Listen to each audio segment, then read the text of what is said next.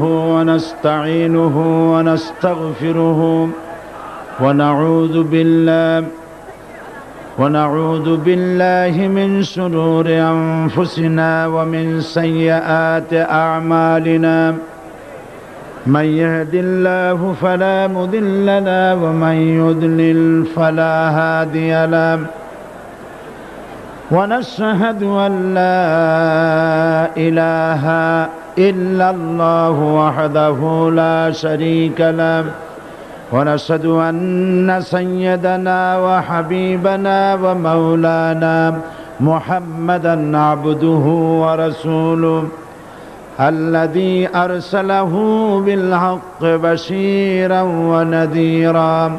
وداعيا إلى الله بإذنه وسراجا منيرا فقد قال الله تعالى في كلامه